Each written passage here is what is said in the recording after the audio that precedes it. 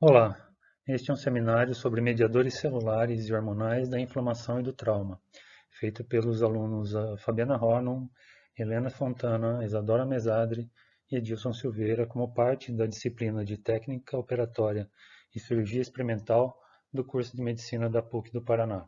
Nós somos alunos do sexto período e esse é o primeiro semestre de 2021. Então, nesse seminário será abordado o eixo autonômico, as catecolaminas, a glicogenólise, a gliconeogênese, a lipólise, a secreção de renina e ADH, os mecanismos da produção do glucagon e insulina, eixo hipotálamo, hipófise e adrenal, hormônios tiroidianos, CIRS, caso clínico e, por último, o tratamento. Todos estamos sujeitos a um trauma físico em algum momento da vida, né? Trauma aqui compreendido inclusive como um procedimento cirúrgico qualquer. Bom, o fato de haver um trauma físico faz com que a gente rompa as barreiras celulares e micro ou macro barreiras e ativa imediatamente um sistema inato, né, imune, expondo esse sistema aos chamados dumps e pumps, que são nada mais do que padrões moleculares associados ao dano e padrões moleculares associados a patógenos. Esse perigo molecular, essa sinalização molecular, é sentido então pelo nosso sistema imune, que sinaliza e recruta então células específicas que vão fazer o reconhecimento desses padrões e começar a ativar diversos canais aqui para lidar, né, com esse dano sentido. É muito importante que esse sistema imune esteja equilibrado, isso é, entre ah, fatores pró-inflamatórios e fatores anti-inflamatórios. Se isso acontece, então rapidamente o corpo providencia então a limpeza ali, né, do local onde ocorreu o trauma, eliminando todos os restos, né, que ficaram ali, quer seja de tecidos, células, moléculas, etc. E, consequentemente, há um reparo tecidual e, posteriormente, a regeneração. Mas, por alguma questão, quer seja do sistema imune do paciente, epigenética, as comorbidades, ou mesmo microbioma, ou mesmo, né, no tratamento pós-trauma, né, através de uma infecção nosocomial, ou mesmo uma hemorragia, né, com choque hemorrágico, pode haver uma escalada, né, desse processo e, consequentemente, uma coagulopatia, uma disfunção nas barreiras novamente, né, que eram para estar sendo regeneradas, causando edema e, consequentemente, comprometendo o sistema imune, né, e dando para isso, né, acesso de micro-organismos que vão ser justamente danosos de novo àquela parte do corpo, consequentemente levando a uma infecção, eventualmente a uma sepse. Mas aqui ele já causa novamente esses padrões moleculares associados a patógenos e mesmo a danos, né, que venham a acontecer em função da ação desses patógenos, e aí entra-se num ciclo vicioso, né? Consequentemente levando e podendo levar inclusive a uma falha múltipla de órgãos.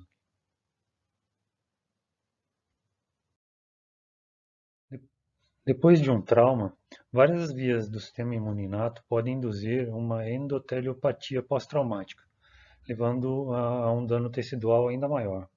A ativação do sistema nervoso central, consequentemente do sistema nervoso autônomo, fazendo a liberação de norepinefrina e epinefrina, leva a uma vasoconstrição instantânea, que a gente chama de centralização, e ativa o endotélio, induz a liberação da trombomodulina e a trombomodulina solúvel também. Por conseguinte, né, diminui os efeitos anticoagulantes do endotélio. A dilatação de células do músculo liso subendotelial, através da estimulação com óxido nítrico, potencializa os distúrbios microcirculatórios e a hipóxia. A clivagem da trombina, da protrombina, durante a ativação da cascata de coagulação, né, formando a fibrina, faz com que haja a formação de microtrombos na superfície endotelial e consequente afrouxamento das barreiras intercelulares. Com isso, a gente tem um efluxo de água para dentro dos tecidos intersticiais. E essas plaquetas ativadas através da coagulação e do complemento formam uma resposta tromboinflamatória, né? A ativação do complemento das células faz com que as células também fiquem com um poder de deformação menor. E a ativação dos leucócitos através de citocinas pró-inflamatórias cria um ambiente microinflamatório ali, né? Um microambiente inflamatório, onde temos a apoptose reduzida, umas mudanças metabólicas, consequente formação local de lactato. A geração dessas espécies reativas de oxigênio e de matriz metaloproteinase aumenta a expressão endotelial das células de adesão, moléculas de adesão, e alarga essas junções célula a célula, né? Que facilita então a migração dos leucócitos para dentro dos tecidos inflamados. Essas proteases liberadas pelos leucócitos podem danificar o glicocálix, né, das células e, consequentemente, também as junções oclusivas, que levam a uma liberação intravascular de glicosaminoglicanos que exibem efeitos coloidosmóticos, né? Tudo isso leva a uma destruição tecidual como consequência. O sistema de resposta ao trauma compreende, entre outras coisas, o sistema nervoso autônomo e o chamado eixo HPA, isto é, o eixo hipotálamo pituitário adrenal, ou eixo hipotálamo hipófise adrenal, como na figura. A ativação do sistema nervoso autônomo e do eixo HPA em resposta ao trauma segue uma sequência temporal coordenada. O sistema nervoso autônomo promove rapidamente alterações fisiológicas através de transmissões sinápticas por dois eixos, o sistema nervoso simpático e o parasimpático. Lembrando que, fisiologicamente, temos tanto o sistema nervoso simpático quanto o parasimpático atuando, mas eles estão em equilíbrio. O sistema nervoso parasimpático facilita a resposta simpática ao trauma por diminuir os efeitos inibitórios. Isso, por sua vez, promove, então, mudanças fisiológicas, incluindo a liberação de noradrenalina, a partir do locus coeruleus e a estimulação dos neurônios pré-ganglionares simpáticos, a fim de aumentar a frequência cardíaca. Já o eixo HPA é um sistema hormonal e, por isso, as mudanças fisiológicas associadas com a ativação ocorrem minutos após essa ativação. Juntos, o sistema nervoso autônomo e o eixo HPA trabalham para produzir um estado biológico de comportamento de prontidão. A atividade do sistema nervoso autônomo pode ser medida pela variabilidade da frequência cardíaca, que é um indicador de controle autônomo cardíaco.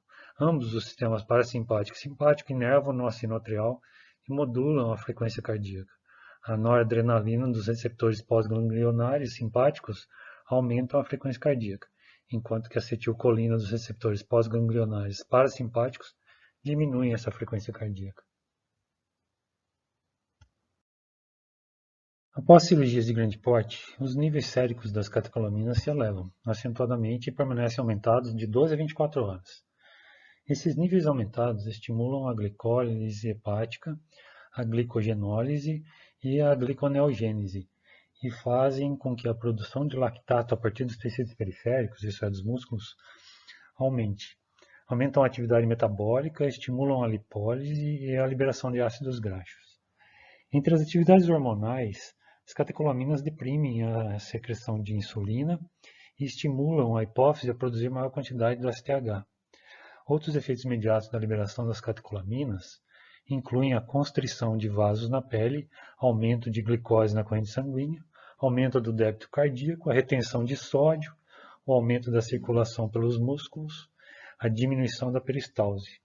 Isso é, uma falta de controle adequado de crises hipertensivas e arritmias cardíacas durante o procedimento cirúrgico, por conta do aumento do débito cardíaco pelas catecolaminas, é dito como responsável por uma alta taxa de mortalidade com o desfecho do procedimento. Dentro do período que é chamado de fase catabólica, no intraoperatório, ocorre uma diminuição do consumo de oxigênio, diminuição do débito cardíaco, elevação do nível de glucagon, redução do nível de insulina, diminuição do cortisol e elevação da glicemia. A utilização periférica de insulina está diminuída. No pós-operatório imediato, a glicemia tem uma tendência a voltar ao normal, em razão da intensidade justamente da glicogenólise e também da gliconeogênese. O cortisol e as catecolaminas facilitam a produção de glicose a partir da glicogenólise hepática e da gliconeogênese. A glicogenólise é, portanto, um importante mecanismo para uma boa recuperação do paciente submetido a um procedimento cirúrgico.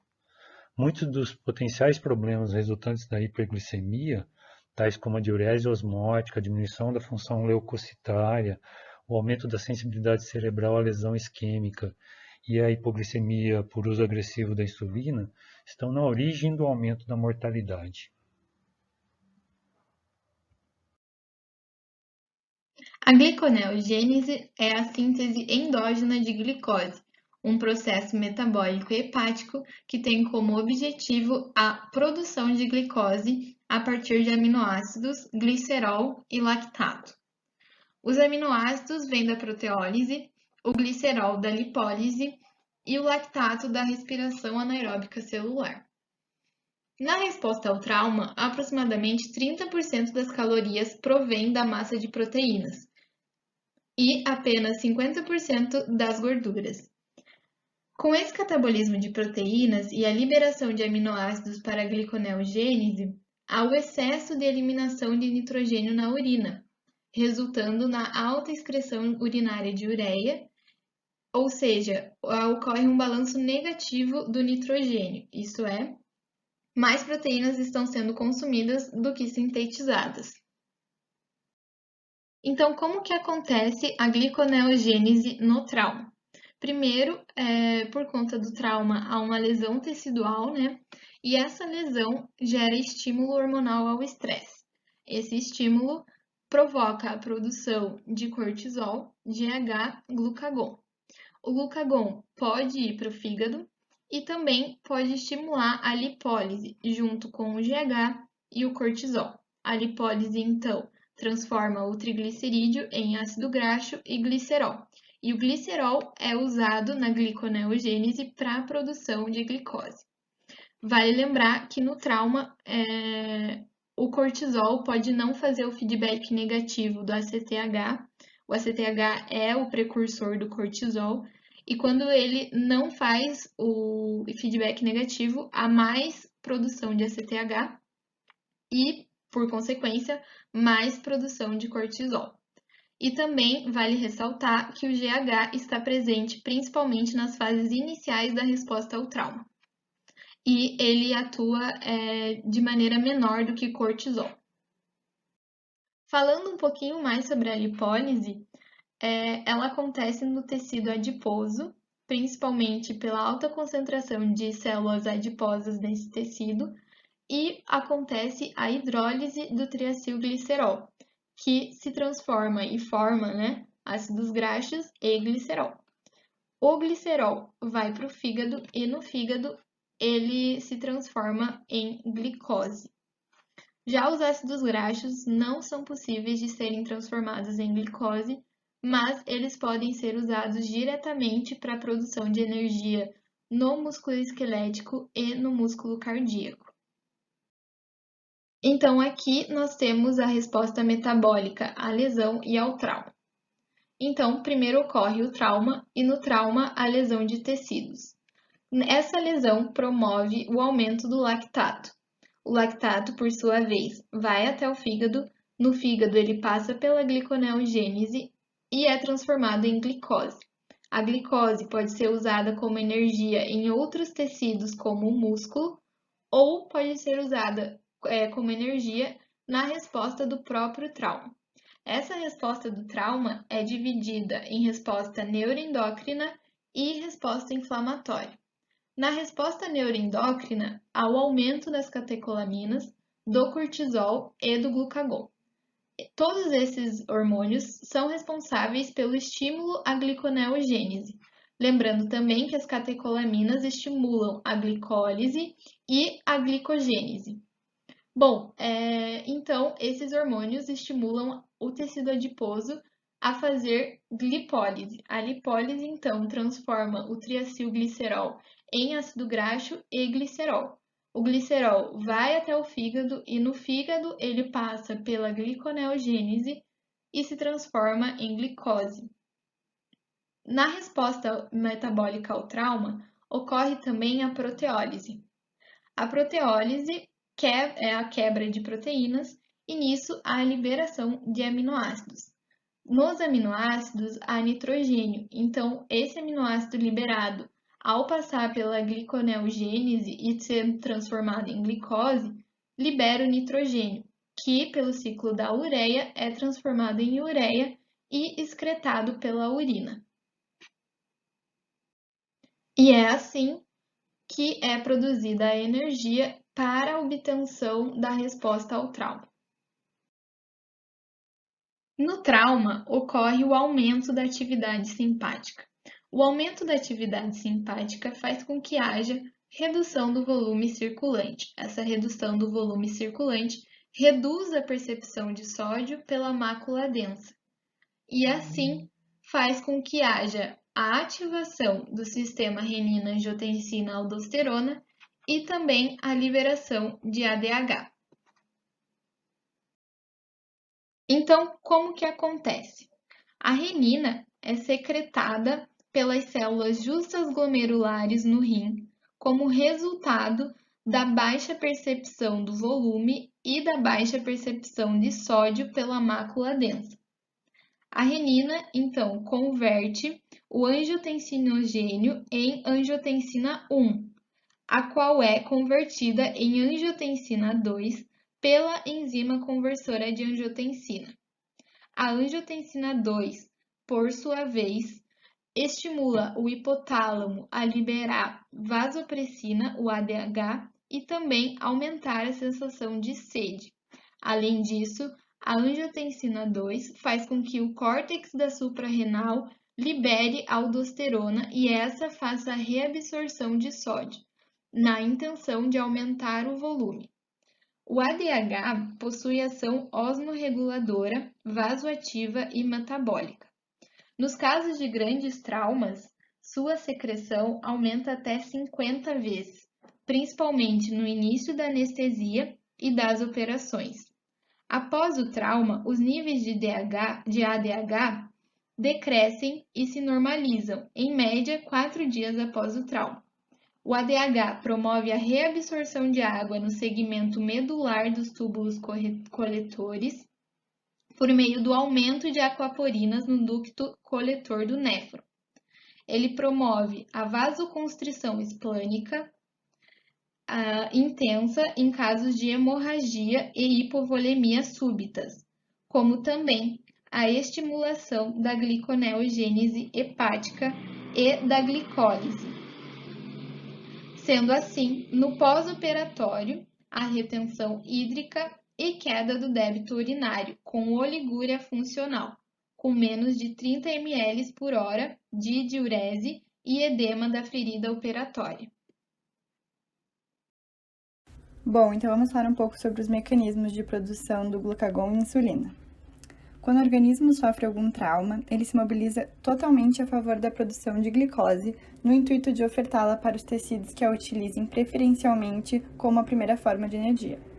Na ferida operatória ou traumática, as hemácias, os leucócitos recrutados para os sítios de lesão tecidual, o sistema nervoso central e a medula adrenal são tecidos e células que utilizam a glicose como fonte de energia primordial. A glicose tem como fonte principal de armazenamento o glicogênio hepático, que, sob influência hormonal, é rapidamente consumido em aproximadamente 12 a 24 horas, num processo conhecido como glicogenólise. Durante o mecanismo de trauma, o organismo busca a produção e a liberação de glicose para os tecidos lesados e para os órgãos nobres. Por isso, o organismo recorre aos mecanismos catabolizantes, que seriam a gliconeogênese, a glicogenólise e a lipólise. Logo, o hormônio pancreático que acaba agindo nessa situação é o glucagon. O glucagon é produzido pelas células alfas do pâncreas endócrino e faz parte do metabolismo catabolizante. Já a insulina é liberada pelas células beta e está associada com o metabolismo anabolizante. O aumento da atividade simpática desencadeado pelo trauma leva à diminuição da secreção de insulina e aumento da secreção do glucagon, havendo uma correlação direta com a extensão da agressão, ou seja, quanto maior a lesão, maior a secreção de glucagon. O glucagon é responsável por estimular a glicogenólise e a gliconeogênese. Ele também tem seus níveis elevados durante o trauma, sendo o principal mediador da gliconeogênese hepática. Em situações de estresse, o glucagon é secretado, sendo induzido ou não por hormônios como GH, cortisol e as catecolaminas. Na fase hipermetabólica do trauma, ele age com um efeito potente sobre a glicogenólise e a glicólise. Além disso, tem atividade lipolítica, o que faz com que haja liberação de ácidos graxos livres e glicerol pelo tecido adiposo. Lembrando que todo esse metabolismo é feito para dar glicose às células que usam ela como a forma primordial de energia. Já a insulina inibe outras vias metabólicas que são essenciais para o mecanismo de trauma, que seriam essas vias, a lipólise, a glicogenólise e a gliconeogênese hepática.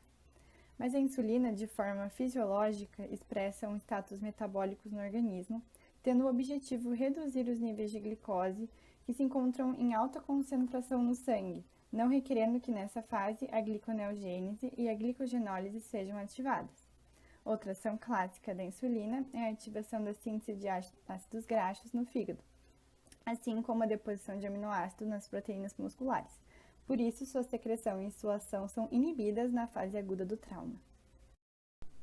Então, para concluir, esse estado de hiperglicemia permite que os tecidos dependentes de glicose como fonte energética exclusiva, tais como eritrócitos, leucócitos, neurônios, medula renal e o cérebro, possam dispor de adequado suprimento energético. Sobre o eixo hipotálamo, hipófise, adrenal. O CRH é sintetizado principalmente no núcleo paraventricular hipotalâmico, e a sua liberação é feita a partir do sistema venoso porta-hipotalâmico.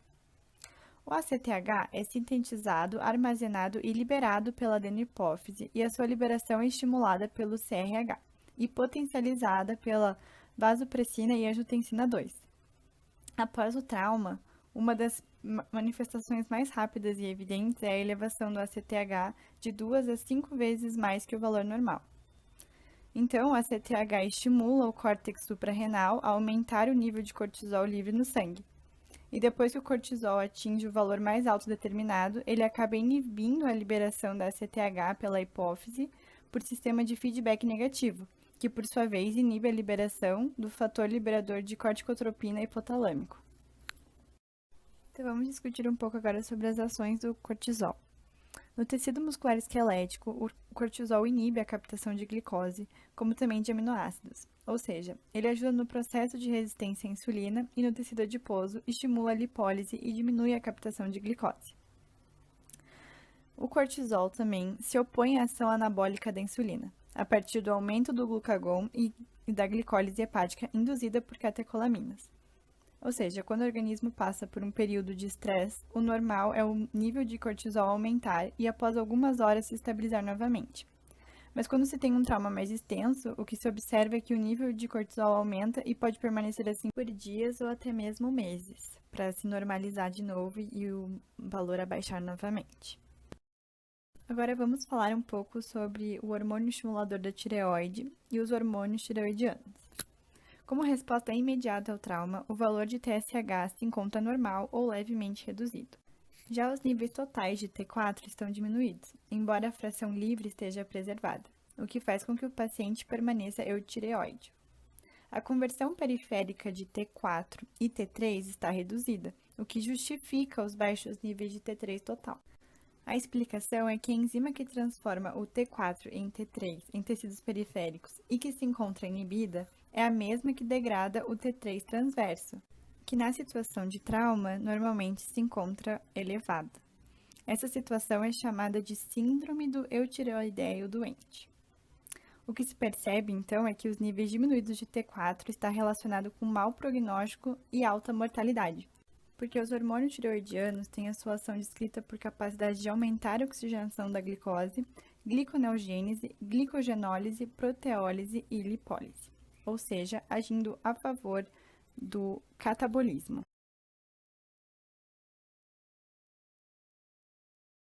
Agora vamos tratar sobre a Síndrome da Resposta Inflamatória Sistêmica, a SIRS.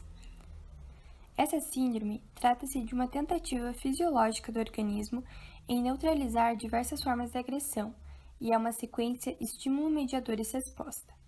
Ela decorre de uma perda de controle local, gerando uma resposta exacerbada. Na fisiopatologia da SIRS, observamos que, quando o organismo entra em contato com um agente lesivo, seja um trauma ou uma infecção, esse processo vai desencadear a liberação de fatores endógenos, os chamados DAMPs, o que leva à ativação de células inflamatórias e do sistema complemento, gerando produção e liberação de mediadores inflamatórios e resultando na resposta sistêmica. Essa resposta sistêmica pode ser dividida em duas: uma resposta pró-inflamatória, que é importante no controle do agente agressor, na remoção de restos celulares e na cicatrização. Ela é representada no sangue pelo surgimento das seguintes citocinas: o fator de necrose tumoral, as interleucinas 1, 2, 12 e 8 e o interferon gama. E a resposta anti-inflamatória, importante para o controle da extensão dos danos, além de promover o reparo das lesões causadas pela resposta inflamatória. No sangue, é representada pelo surgimento das citocinas interleucinas 4, 10 e 13. Para se identificar a SIRS, duas das seguintes alterações precisam estar presentes: uma temperatura axilar superior a 38 graus Celsius ou inferior a 36 graus Celsius, uma frequência cardíaca acima de 90 batimentos por minuto, uma frequência respiratória acima de 20 movimentos respiratórios por minuto, ou uma PCO2 inferior a 32 mm de mercúrio, ou a necessidade de ventilação mecânica, uma contagem de leucócitos superior a 12.000 células, ou inferior a 4.000 células, ou então a presença de um desvio à esquerda, ou seja, presença de mais de 10% de bastões. No quadro clínico de um paciente com SIRS, ocorre uma exacerbação das condições naturais da resposta inflamatória. Então, estarão presentes a vasodilatação, o aumento da permeabilidade celular, fenômenos de coagulação e aumento da ativação e adesão celular. Nas formas mais graves e com pior prognóstico, a síndrome pode evoluir para choque séptico e falência de múltiplos órgãos. A Síndrome da Resposta Anti-Inflamatória Compensatória, a CARS, é um processo compensatório iniciado pelo organismo em resposta a SIRS, objetivando inibir uma resposta inflamatória devastadora. Essa síndrome atua na diminuição da circulação de citocinas pró-inflamatórias, além de aumento da apoptose de linfócitos, aumento da secreção de citocinas e mediadores anti-inflamatórios e diminuição na apresentação de antígenos, levando a uma imunossupressão. A resposta inflamatória mista antagônica, a MARS, é o estado em que coexiste a SIRS e a CARS. Trata-se de uma situação de grande dissonância imunológica. Nessa resposta ocorre uma redução da expressão de receptores HLA-DR em monócitos e elevação de interleucina 10, além de aumento da expressão de interleucina 6, 8 e proteína C reativa. O tratamento da SIRS se concentra no tratamento da causa subjacente, pois ela é uma síndrome e não uma doença. As profilaxias para trombose venosa profunda e para úlceras por estresse, já feitas de rotina para pacientes acamadas, devem ser feitas. As intervenções irão diferir de paciente para paciente, já que existem várias causas que podem desencadear a síndrome, como trauma, infarto agudo do miocárdio e pneumonia. Pacientes hipotensos devem receber reposição volêmica e, se não responderem ao volume, deve-se administrar agentes vasopressores. Antibiótico terapia. O uso de antibióticos empíricos está indicado nos seguintes casos: em suspeita ou diagnóstico de etiologia infecciosa, em instabilidade hemodinâmica, em neutropenia ou outros estados imunocomprometidos, e em asplenia. Sempre que possível, deve-se obter a cultura antimicrobiana antes do início do tratamento com antibióticos, para evitar a evolução com sepse estéril. O controle glicêmico é de extrema importância, já que a hiperglicemia é um achado laboratorial comum em pacientes com CIRS e apresenta diversos efeitos lesivos. Nessa situação, ocorre um aumento dos hormônios contrarreguladores, o cortisol e a epinefrina, e uma hipoinsulinemia relativa, que levam ao aumento da produção de glicose hepática, aumento da resistência periférica à insulina e aumento dos ácidos graxos livres circulantes. Esse processo tem ação inibitória direta sobre o sistema imunológico. O estresse oxidativo e a disfunção das células endoteliais, juntamente com as citocinas pró-inflamatórias e outros mediadores secundários, foram implicados como causas de lesão celular, dano tecidual e disfunção orgânica em pacientes com hiperglicemia. Por isso, visando diminuir a morbimortalidade dos pacientes, deve ser feito um controle intensivo dos níveis glicêmicos. A terapia com suplementação de oxigênio deve ser realizada a qualquer paciente que demonstre um aumento da necessidade de oxigênio ou diminuição da disponibilidade de oxigênio. O tratamento cirúrgico é indicado em casos de abscesso ou focos de infecção drenáveis.